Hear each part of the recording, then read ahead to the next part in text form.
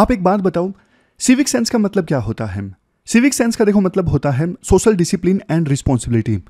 मतलब public places में कैसे बिहेव करना चाहिए, रूल्स फॉलो करने चाहिए, दूसरों की रिस्पेक्ट करनी चाहिए और इन्वायरमेंट को क्लीन रखना चाहिए। लेकिन सवाल ये है, अगर देखो लोग अपने घरों में साफ सफाई रखते हैं तो सड़क पे कचरा क्यों फेंकते हैं? पब्लिक प्रॉपर्टी भी देखो हमारी प्रॉपर्टी है, पर हम उस पब्लिक प्रॉपर्टी को प्राइवेट प्रॉपर्टी जैसा नीट एंड क्लीन क्यों नहीं रखते हैं? सबसे बड़ा क्वेश्चन है। आप इंडिया की रियलिटी देखिए, सिविक सेंस जीरो है। आप किसी भी टूरिस्ट प्लेस पे जाके देखिए, कचरे के ढेर मिलेंगे। कश्मीर में चले जाइए, इवन ग्लेशियर में चले जाइए, वहां पे भी आपको दारू की बोतलें, गुटखे के पैकेट्स, बीच पे चले जाइए, ये सब चीजें आपको देखने को मिलेंगी। 12,000 करोड़ रुपए रेलवे ने खर्च कर दिए सिर्फ और सिर्फ किस लिए? जो गुटखे के दाग होते हैं ना, उन गुटखे के दाग को मिटाने के लिए। आप बाकी तो छोड़िए, इवन यूपी स्टेट असेंबली का जो गेट है ना, वहां पे भी किसी विधायक ने गुटखा थूक दिया और वहां के स्पीकर ने इसका संज्ञान लिया और ये बोला कि देखो मुझे पता है किस विधायक ने ये गुटखा थूका है, मैं उसका नाम तो नहीं ले रहा हूं लेकिन सुधर जाओ। सोच के देखो, इवन स्टेट असेंबली में ये हो रहा है तो बाकी जगह कैसा होगा? हमारा देश देखो एक ऐसा देश है जहां पे टॉयलेट में भी जो डब्बा है उसको बांध के रखा जाता है, कोई ले ना जाए। और सच बोलूं तो देखो पूरे भारत का हाल ऐसा नहीं है। कुछ जगहों पे सिविक सेंस बहुत अच्छी है, जैसे मिजोरम का कई बार एग्जाम्पल दिया जाता है। वहां पे आपको हॉर्न की हॉकिंग नहीं देखने को मिलेगी। लोग अपनी लेन को फॉलो करते हैं, ट्रैफिक में दूसरों की लेन में बार बार आते जाते नहीं हैं, तो काफ़ी अच्छी सिविक सेंस है मिजोरम में। लेकिन बाकी जगहों पे सिविक सेंस कैसी लाया जाए? देखो जापान में ना बचपन से ही स्कूल्स में सफाई करना सिखाया जाता है। रवांडा जैसे जो छोटे अफ्रीकन कंट्रीज है ना, वो भी इंडिया से ज़्यादा क्लीन है। इवन यूनाइटेड किंगडम के पब्लिक टॉयलेट्स में ये लिख दिया गया है कि यहाँ पे इंडियन लोग जो हैं पानी स्प्लैटर ना करें। मतलब इंडियंस की इमेज वहाँ पे भी खराब हो गई है कि वो ठीक से साफ सफाई नहीं रखते। सॉल्यूशन देखो यही है कि स्कूल से सिविक सेंस सिखाई जाए, पेरेंट्स बचपन से ही बच्चों में ये वैल्यूज इनकलकेट करें, सफाई की इंपॉर्टेंस क्या है और सोसाइटी में पब्लिक स्पेस में कैसे आपको बिहेव करना है। फाइन जो है गंदगी फैलाने के ना सिर्फ स्ट्रिक्ट होने चाहिए बल्कि उनका स्ट्रिक्ट इंप्लीमेंटेशन भी होना चाहिए। जब तक देखो जन भागीदारी नहीं होगी, जैसे इंदौर जैसा शहर भारत का सबसे बड़ा सबसे साफ शहर क्यों है? क्योंकि जन भागीदारी है। वहां पे कोई एक पर्सन कूड़ा फैलाता भी है तो दूसरे पर्सन उसे टोक देते हैं कि भाई तुम ऐसा क्यों कर रहे हो। ऐसी जन भागीदारी दूसरी जगहों पर भी देखने को मिलनी चाहिए। हर जगह डस्टबिन होना चाहिए। रेलवेज और मेट्रोज की साफ सफाई रेगुलर हो, ऐसा ना हो कि कई दिनों से साफ नहीं हुई। मेट्रो तो होती है, रेलवेज की बात है, क्योंकि ज़्यादा गंदगी हो तो फिर लोग और उत्साहित होते हैं। मेट्रो पे लोग इसीलिए गंदगी कम फैलाते हैं क्योंकि सफाई बहुत ज़्यादा होती है। रेलवेज के बारे में लोगों को लगता है ऑलरेडी खराब है तो हम और खराब कर देते हैं। और देखो लोगों को ना ये सोच बदलनी होगी कि मेरे एक से क्या होगा। ये जो मेंटलिटी है ना, मेरे एक से क्या होगा, वो सोच बदलनी होगी। समझ गए? तो आपका क्या कहना है इस बारे में? आप भी अपनी राय बता सकते हो। आज इश्यूज देखो हम 3 डिस्कस करेंगे। सबसे पहले बांग्लादेश क्यों पाकिस्तान और चाइना के करीब जा रहा है। दूसरा आर्टिकल हम डिस्कस करेंगे नेशनल एजुकेशन पॉलिसी 2020 का फोकस है FLN पे, फाउंडेशनल लिटरेसी एंड न्यूमरेसी पे। अच्छी बात है लेकिन काफ़ी सारे चैलेंजेस आ रहे हैं। फिर नेक्स्ट आर्टिकल हम डिस्कस करेंगे सिर्फ पॉपुलेशन काउंट पे फोकस नहीं होना चाहिए, डिलिमिटेशन का। चलिए डिस्कशन स्टार्ट करते हैं। डिस्कशन हम स्टार्ट करें उससे पहले एक न्यूज़ भी आपको देनी है। देखो ये करीब करीब तय हो गया है कि यूपीएससी अगली बार से ना ऑप्शनल हटा देगी। ऑलमोस्ट फाइनल है कि अगली बार आपको ऑप्शनल नहीं देखने को मिलेगा। अब चलिए डिस्कशन स्टार्ट करते हैं। हमारी आज के डिस्कशन में पहला important article India Bangladesh relations से संबंधित है। अपने सिलेबस में जीएस पेपर 2 के इस टॉपिक से आर्टिकल को रिलेट कर सकते हम। और आर्टिकल डिस्कस करना स्टार्ट करें उससे पहले एक चीज़ क्लैरिफाई कर दूं भैया, ऑप्शनल वगैरह का डिसीजन अभी फाइनल नहीं हुआ है। हाँ चलता रहता है। अभी भी ये निकल के आया था, जो पार्लियामेंट की कमेटी थी उन्होंने बोला था बासवान कमेटी की रिपोर्ट को जल्दी से इम्प्लीमेंट किया जाए, लेकिन अभी वो सिर्फ स्पेकुलेशन है, रूमर है। जब तक फैसला नहीं हो जाता तब तक कुछ कहा नहीं जा सकता। तब तक आप ऑप्शनल पढ़ते रहिए जब तक ऑफिशियली नहीं आ जाता, क्योंकि ये स्पेकुलेशन रूमर्स तो बहुत सालों से चलती आई हैं। तो ये सिर्फ अप्रैल फूल था, इसलिए मैंने जल्दी से क्लैरिफाई कर दिया, पता लगे कोई ऑप्शनल की बुक फेंक दे, फाड़ दे नुकसान हो जाए खामखा, इसलिए पहले तो मैंने सोचा था लास्ट में बताऊंगा या फिर अगले दिन बताऊंगा, फिर मुझे लगा यार पता लगे किसी ने नुकसान वगैरह ना कर लिया हो, टाइम वगैरह ना वेस्ट कर दे, तो इसलिए सिर्फ अप्रैल फूल था, कुछ ऑप्शनल वगैरह हटाने का निर्णय अभी फाइनल नहीं हुआ है। क्या कंटेस्ट है? देखो शुरुआत में ना मैं आपको एक स्टोरी बताता हूँ। मान लीजिए आपका एक दोस्त है महेश। अब देखो महेश आपके स्कूल का दोस्त है, आपके कॉलेज का दोस्त है। कई बार तो महेश की आपने बहुत मदद की है। स्कूल फीस भरने के पैसे नहीं थे महेश के पास में, लेकिन आपने स्कूल में उसका दाखिला करवाया, थोड़ा बहुत आपने योगदान दिया। लेकिन बाद में देखो महेश जो है वो आपको छोड़ के, मतलब जब सारे काम महेश के पूरे हो गए तो वो आपको छोड़ के आपके दुश्मन के साथ में दोस्ती करने लगे, तो आपको कैसा लगेगा? बहुत बुरा लगेगा। और शायद देखो बांग्लादेश और भारत के बीच में फिलहाल यही चल रहा है। 1971 में आपको पता है बांग्लादेश लिबरेशन वार में इंडिया ने रोल प्ले किया था, और उसके बाद इवन पिछले 15 सालों में आपने देखा होगा शेख हसीना के कार्यकाल में बांग्लादेश इंडिया का एक बहुत क्लोज एलाय रहा था। लेकिन शेख हसीना के जाने के बाद अब जो chief adviser to interim government है मोहम्मद यूनुस, इनके कार्यकाल में तो देखो बांग्लादेश चाइना और पाकिस्तान के बहुत ज़्यादा करीब जा रहा है। कैसे? यहाँ पे देखो 26 मार्च को ना राष्ट्रपति शी जिनपिंग ने एक स्पेशल प्लेन भेजा chief adviser to interim government Mohammad Yunus को बीजिंग में लाने के लिए। तो इससे एक संकेत मिलता है कि कैसे चाइना और बांग्लादेश के रिश्ते गहरे होते जा रहे हैं। चाइना ने 100% ड्यूटी फ्री एक्सेस दिया बांग्लादेशी प्रोडक्ट्स के एक्सपोर्ट को, मतलब बांग्लादेश के प्रोडक्ट्स चाइना में जाएंगे और कोई ड्यूटी नहीं लगाएगा चाइना। इसके अलावा चाइना ने यह भी वादा किया बांग्लादेश से कि हम आपसे ज़्यादा माल जो है वो इंपोर्ट करेंगे। इवन चाइना $2.1 बिलियन की इन्वेस्टमेंट करेगा बांग्लादेश में। बांग्लादेश का काफ़ी सारा इंफ्रास्ट्रक्चर है, जैसे देखो रोड्स, ब्रिजेस, रेलवे, पोर्ट्स, ये सब चाइना के पैसे से बन रहे हैं। तो ये तो बात की हमने चाइना की। अब पाकिस्तान की बात कर लीजिए। पाकिस्तान की आर्मी ने तो बहुत अत्याचार किए थे बांग्लादेश में। जब बांग्लादेश आज़ादी की लड़ाई लड़ रहा था तो बांग्लादेश के लोगों के ऊपर पाकिस्तान की आर्मी ने बहुत अत्याचार किए थे। सालों तक इनके रिश्ते खराब रहे। लेकिन अब देखो बांग्लादेश ने इवन पाकिस्तान के साथ रिश्ते अच्छे करना स्टार्ट कर दिया है। पाकिस्तान के लोगों को ना वीज़ा मिलता नहीं था बांग्लादेश में, लेकिन अब वीज़ा रिस्ट्रिक्शंस हटा दिए गए हैं। पाकिस्तान और बांग्लादेश के बीच में डायरेक्ट फ्लाइट्स चालू हो गई हैं। दोनों देशों की मिलिट्री के बीच में कोऑपरेशन स्टार्ट हो गया है, जो पहले कभी सोचा भी नहीं जा सकता था कि बांग्लादेश और पाकिस्तान की आर्मी के बीच में कोऑपरेशन होगा। कभी नहीं। क्यों? क्योंकि पाकिस्तान की आर्मी वालों ने तो इतना अत्याचार किया था, लेकिन अब हो गया है। ट्रेड भी इवन स्टार्ट हो गया है बांग्लादेश और पाकिस्तान के बीच में। लेकिन देखो क्वेश्चन ये उठता है कि आखिरकार ऐसा हुआ क्यों? देखो पिछले 2 दशकों से, जैसे मैंने आपको बताया, रिश्ते बांग्लादेश के साथ इंडिया के बहुत अच्छे थे। लेकिन पिछले 2 दशकों में रूल किसका था? शेख हसीना का था। शेख हसीना का रूल था। शेख हसीना ने इंडिया की काफ़ी मदद भी की। शेख हसीना के कार्यकाल में बांग्लादेश का इंडिया के साथ ट्रेड इंक्रीज हो गया।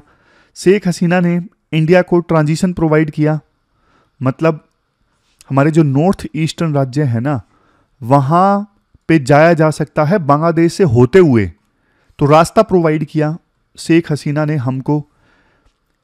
और जो इंसर्जेंट ग्रुप्स थे नॉर्थ ईस्ट में, जो पहले बांग्लादेश में शरण ले लेते थे, शेख हसीना ने उनकी दुकान बंद कर दी। उन्होंने बोला कि नहीं, आप बांग्लादेश की धरती का इस्तेमाल नहीं कर सकते इंडिया के अगेंस्ट वायलेंस फैलाने के लिए। तो शेख हसीना ने काफ़ी इंडिया का साथ दिया। लेकिन देखो इसी बीच शेख हसीना हो गई बांग्लादेश में अनपॉपुलर हो गई। उनके खिलाफ प्रोटेस्ट होने लगा। जब शेख हसीना के खिलाफ प्रोटेस्ट हुआ तो इंडिया ने कोई टिप्पणी नहीं की। इंडिया ने बोल दिया ये तो इंटरनल मैटर है बांग्लादेश का, हम कुछ नहीं बोलेंगे इस पे। लेकिन देखो जब शेख हसीना चली गई तब इंडिया ने फिर इंक्लूसिव इलेक्शंस की बात की। तो कुछ अपोजिशन, बांग्लादेश के अपोजिशन ग्रुप्स ने इसको बोला इंडिया की हिपोक्रेसी, इंडिया के डबल स्टैंडर्ड इसलिए कि पहले इंडिया कुछ नहीं बोल रहा था जब प्रोटेस्ट चल रहे थे, लेकिन जब शेख हसीना चली गई तो इंडिया ने बोला इंक्लूसिव इलेक्शन होने चाहिए। तो बांग्लादेश के अपोजिशन वालों ने बोला कि भैया पहले आप जब इंटरनल मैटर बोल रहे थे तो अभी भी इंटरनल मैटर बोलो, अभी क्यों आप कमेंट कर रहे हो कि इंक्लूसिव इलेक्शन होने चाहिए। दूसरा देखो, शेख हसीना 2014 में चुनी गई, 18 में चुनी गई, 24 में भी चुनी गई, इससे पहले वैसे 9 में भी चुनी गई थी। लेकिन 14, 18 और 24 के जो इलेक्शंस थे ना, वो थोड़े कंट्रोवर्शियल इलेक्शंस थे। शेख हसीना पे आरोप लगा था कि धांधलेबाजी हुई है इन इलेक्शंस में और इसी वजह से शेख हसीना सत्ता में आई हैं। कुल मिला के देखो हुआ ये, इंडिया की छवि ना बांग्लादेश में शेख हसीना के दोस्त की बन गई। शेख हसीना के दोस्त की छवि बन गई इंडिया की बांग्लादेश में। तो जो अपोजिशन के ग्रुप्स थे ना, उन्होंने फिर देखो इंडिया के खिलाफ भी नफरत फैलानी स्टार्ट कर दी, क्योंकि उनकी नफरत शेख हसीना के अगेंस्ट थी। समझ गए? महेश और रमेश आपस में दोस्त हैं। महेश की दुश्मनी दिनेश से है, तो दिनेश महेश के खिलाफ तो नफरत फैलाएगा ही, लेकिन रमेश चूंकि महेश का दोस्त है उसको भी दिनेश नहीं छोड़ेगा। वैसा ही हुआ, वहां पे अपोजिशन ग्रुप्स ने शेख हसीना के खिलाफ नफरत फैलाई, लेकिन चूंकि शेख हसीना के दोस्त की इमेज इंडिया की बन गई थी तो इंडिया के खिलाफ भी काफी नफरत फैल गई, इंडिया की इमेज भी खराब हो गई बांग्लादेश में। और जब देखो शेख हसीना को भागकर भारत आना पड़ा तो फिर कुछ लोगों ने और ज्यादा विरोध किया इंडिया का कि इंडिया क्यों शरण दे रहा है शेख हसीना को। एक फॉर्मल एक्स्ट्राडिशन रिक्वेस्ट भी भेजी गई इंडिया को कि शेख हसीना को आप हमें सौंप दीजिए। इंडिया ने इनकार कर दिया। तो इस वजह से बांग्लादेश की नई सरकार के साथ में हमारे रिलेशन खराब होते गए। बांग्लादेश की नई कामचलाऊ सरकार को भारत ने रिकॉग्नाइज भी नहीं किया। तो ये सारे रीजन हैं।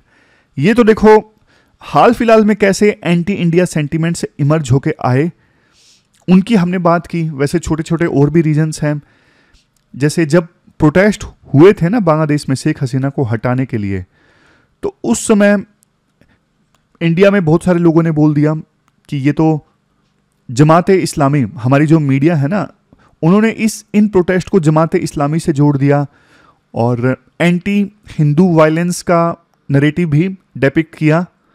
लेकिन बाद में बीबीसी और दूसरे जो चैनल्स थे उन्होंने ये बोला कि देखो जो एंटी हिंदू वायलेंस वाली बात है ना, उनको थोड़ा बढ़ा चढ़ा के बताया गया है और आउट ऑफ कंटेक्स्ट दिखाया गया है।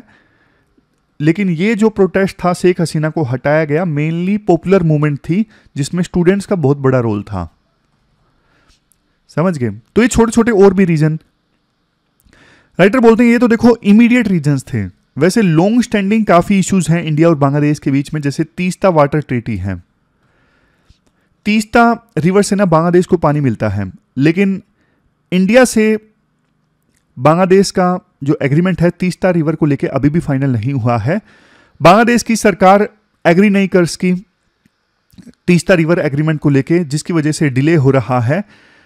और फ्रस्ट्रेटेड होके फिर देखो बांग्लादेश चाइना के पास चला गया। अब चाइना ने बोला है हम $1 बिलियन की मदद से Teesta comprehensive management and restoration project establish करवाएंगे, यानी तीस्ता रिवर के पानी को मैनेज करने में चाइना बांग्लादेश की मदद करेगा। $1 बिलियन इस पे खर्च आएगा।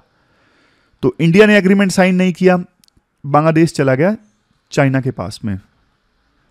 फिर देखो बायलैटरल ट्रेड की बात करें, दोनों देशों के बीच में ट्रेड काफी ज्यादा होता है, ऑलमोस्ट $16 बिलियन का। लेकिन दिक्कत यह है $14 बिलियन का तो इंडिया एक्सपोर्ट करता है बांग्लादेश को, और बांग्लादेश एक्सपोर्ट करता है इंडिया को सिर्फ ऑलमोस्ट $2 बिलियन का माल।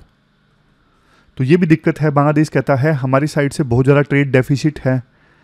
फिर बॉर्डर सिक्योरिटी पे तनाव बना रहता है, क्योंकि बहुत सारे इलीगल माइग्रेंट्स भागकर इंडिया में आते हैं, फायरिंग वगैरह होती है तो किसी की डेथ हो जाती है, तो बांग्लादेश में नफरत फैल जाती है इंडिया के अगेंस्ट। देखो बात आती है इंडिया को क्या करना चाहिए। सबसे पहली चीज यहां पे देखो, इंडिया को इमोशनल होने की आवश्यकता नहीं है, स्ट्रेटेजिक सोचने की आवश्यकता है। बांग्लादेश की सिर्फ एक पार्टी पर भरोसा करने से काम नहीं चलेगा, जो कि इंडिया ने अभी तक किया है। ये बात सच है कि शेख हसीना के साथ इंडिया की दोस्ती अच्छी रही है और शेख हसीना ने बहुत ज़्यादा इंडिया की मदद भी की है।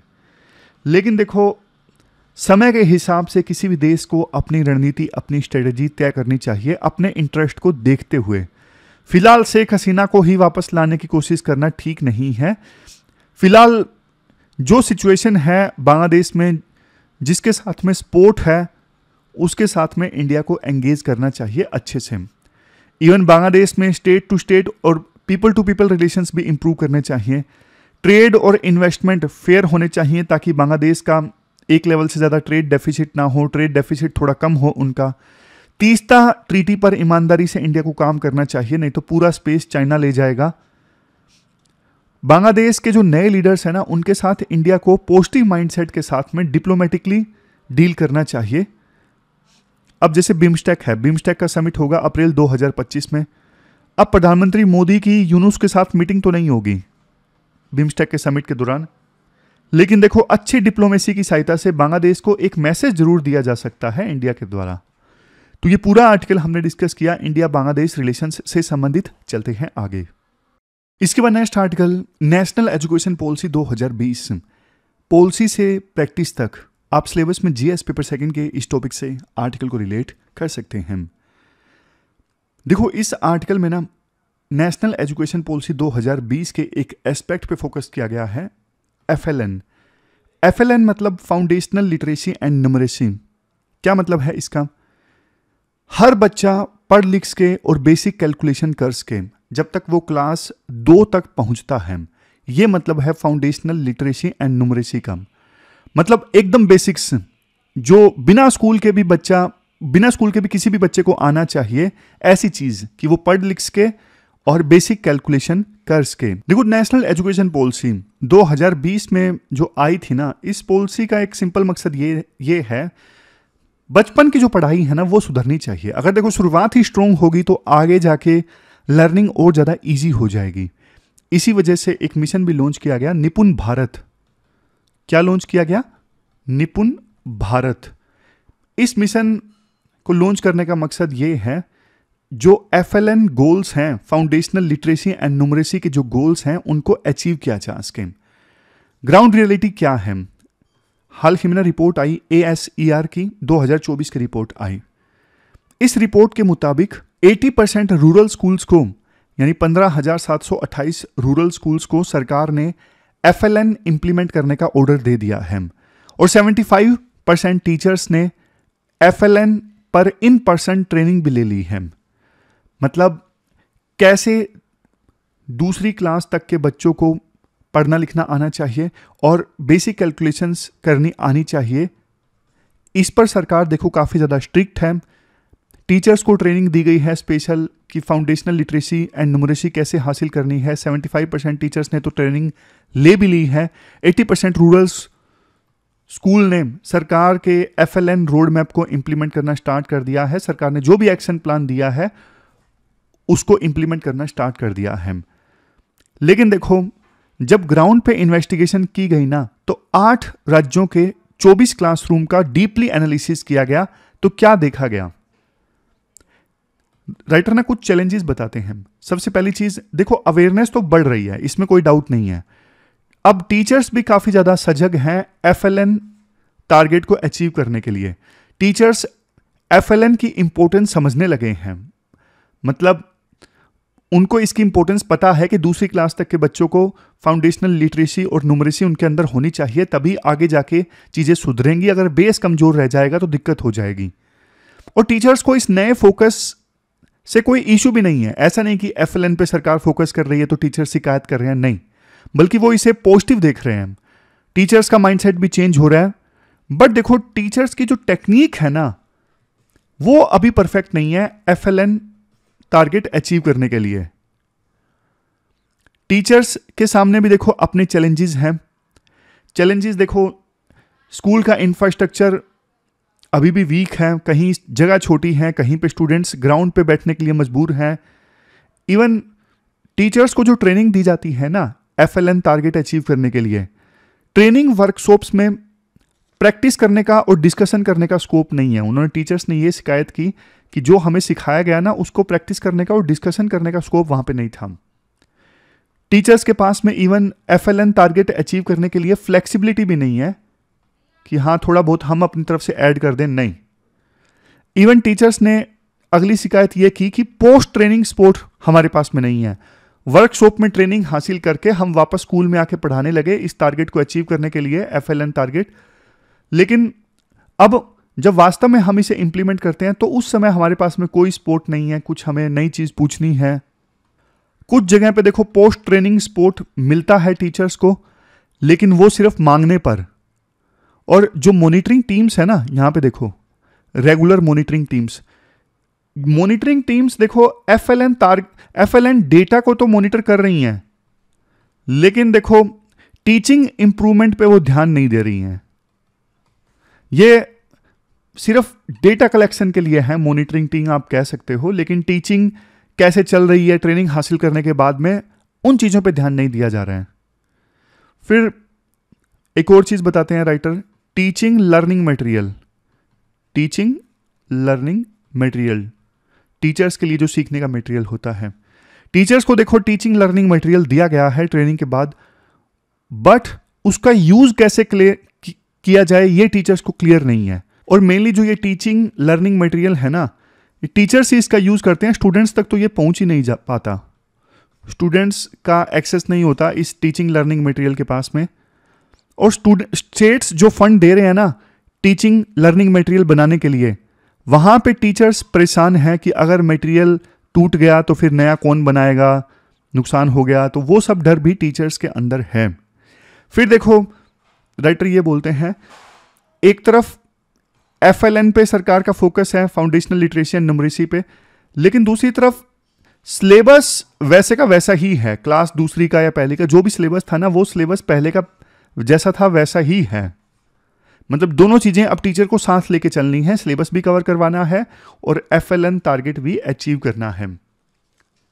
और अक्सर हम एक बात बोलते हैं ना, क्या बोलते हैं, कंटिन्यूअस एंड कॉम्प्रिहेंसिव इवैल्यूएशन होना चाहिए बजाय के साल के अंत में 3 घंटे का एग्जाम। तो सरकार का फोकस देखो कंटिन्यूअस एंड कॉम्प्रिहेंसिव इवैल्यूएशन पे तो है, लेकिन असेसमेंट अभी भी ट्रेडिशनल तरीके से होता है जैसे पहले होता था। जैसे मतलब 3 घंटे का एग्जाम में जो पेपर आता है ना, उसी पेपर को बस बार बार पूछ लिया जाता है साल में कई बार। अदरवाइज नए असेसमेंट के तरीके नहीं खोजे जा रहे हैं टीचर्स के द्वारा कि ऐसा मतलब पता लगाया जाए कि बच्चे सीख रहे हैं या नहीं सीख रहे हैं, क्यूरोसिटी उनके अंदर है या नहीं है, एप्टीट्यूड डेवलप हो रहा है या नहीं हो रहा है, क्यूरोसिटी, इन सब चीज़ों को पता लगाने के लिए जो मटेरियल होना चाहिए ना, जो असेसमेंट टेस्ट होना चाहिए, वैसे असेसमेंट टेस्ट नहीं बनाए जा रहे हैं। कुल मिला के देखो अभी तक जो हमने आर्टिकल डिस्कस किया ना, उससे तो हमें यह पता लगता है कि FLN को लेकर अवेयरनेस बढ़ी है, टीचर्स का माइंडसेट भी चेंज हो रहा है, लेकिन इंप्लीमेंटेशन और ट्रेनिंग ये भी स्ट्रॉन्ग होना चाहिए। असेसमेंट और सिलेबस दोनों के बीच में बैलेंस स्टैब्लिश करने के लिए सॉल्यूशन निकालना होगा। और देखो पहली बार ऐसा हुआ, 20 साल में पहली बार ऐसा हुआ कि ASER के सर्वे में ना फाउंडेशनल लर्निंग इंप्रूव हुआ है। और ये चेंज देखो गवर्नमेंट स्कूल्स की वजह से आया है। अगर यही फोकस बना रहा तो इंडिया की एजुकेशन सिस्टम की क्वालिटी देखो इंप्रूव हो सकती है। बट चैलेंज यही है कि इंप्लीमेंटेशन और एग्जीक्यूशन ग्राउंड लेवल पे थोड़ा और सुधरना चाहिए। ये पूरा आर्टिकल हमने डिस्कस किया, चलते हैं आगे।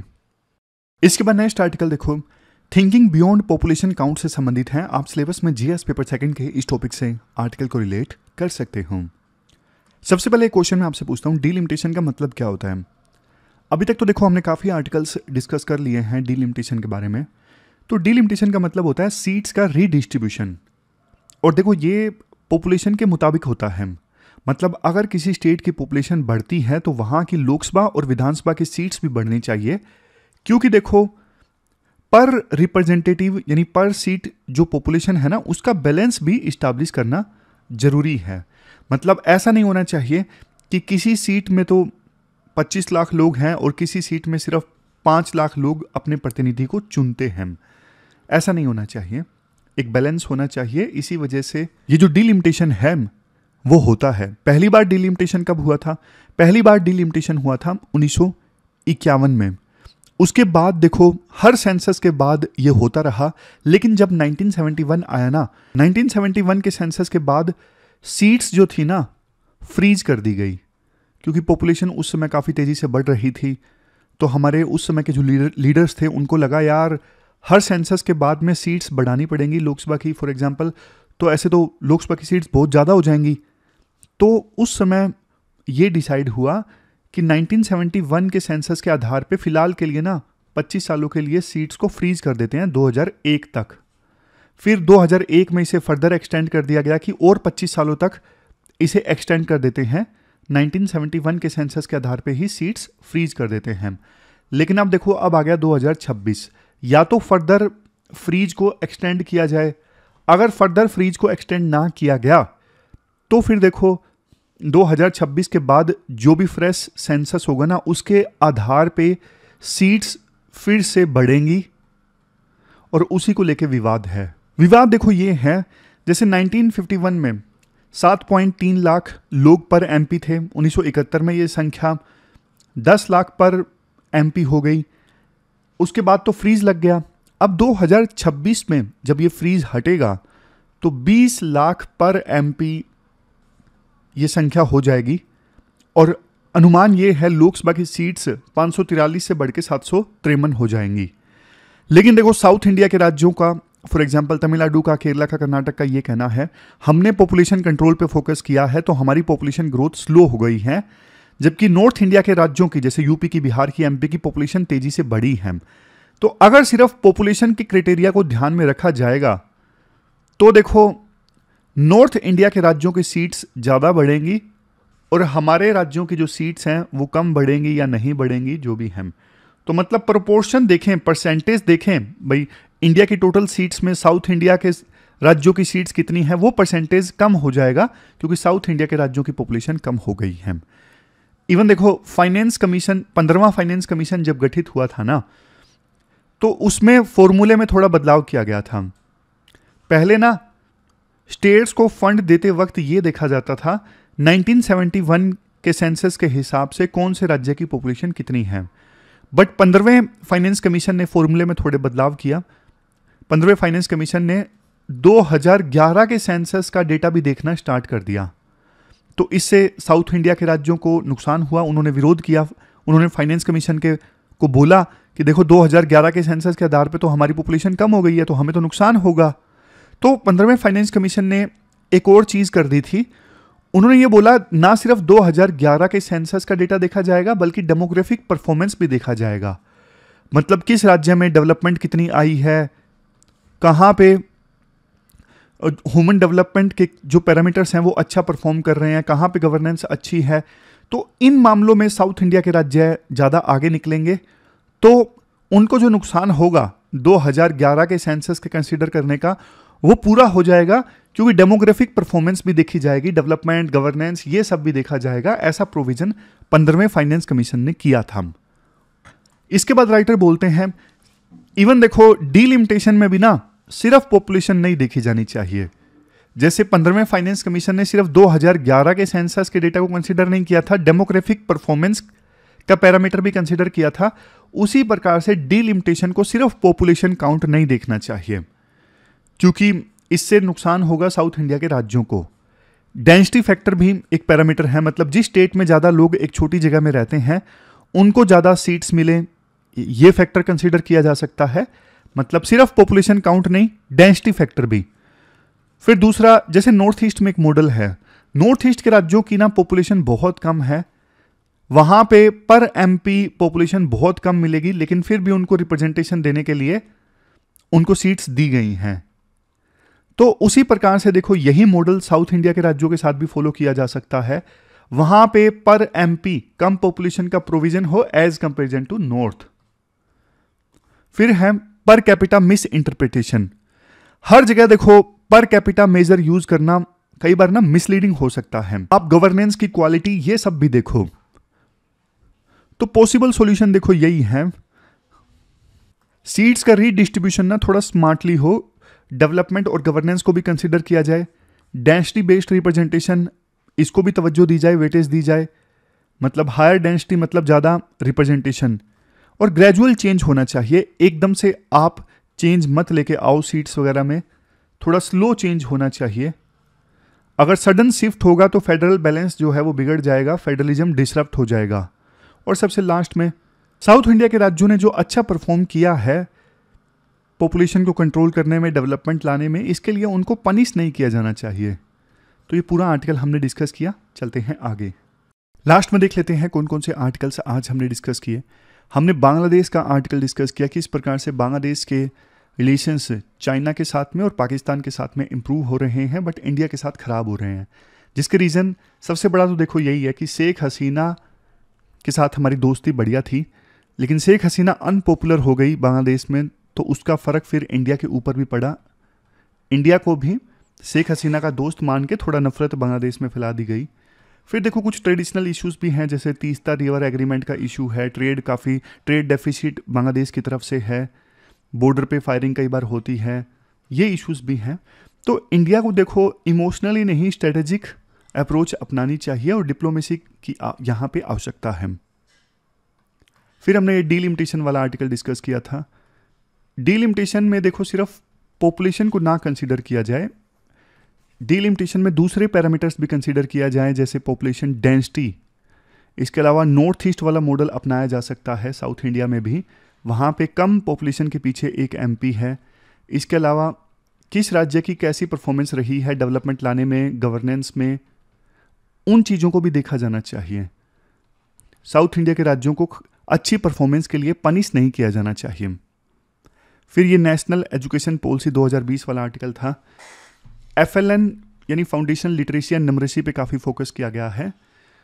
निपुण भारत मिशन इंप्लीमेंट किया गया है, लेकिन कुछ इश्यूज़ हैं, जैसे सबसे पहले इंफ्रास्ट्रक्चर की कमी है। टीचर्स का माइंडसेट तो इम्प्रूव हुआ है, बट पोस्ट ट्रेनिंग सपोर्ट नहीं है। असेसमेंट अभी भी ट्रेडिशनल तरीके से हैं, असेसमेंट इम्प्रूव नहीं हुए हैं, बच्चों को कैसे असेस किया जाए। इसके अलावा टीचिंग लर्निंग मटेरियल जो है उसको यूज़ कैसे किया जाए वो टीचर्स को अभी नहीं पता है। तो इन चीज़ों में भी सुधार होना चाहिए।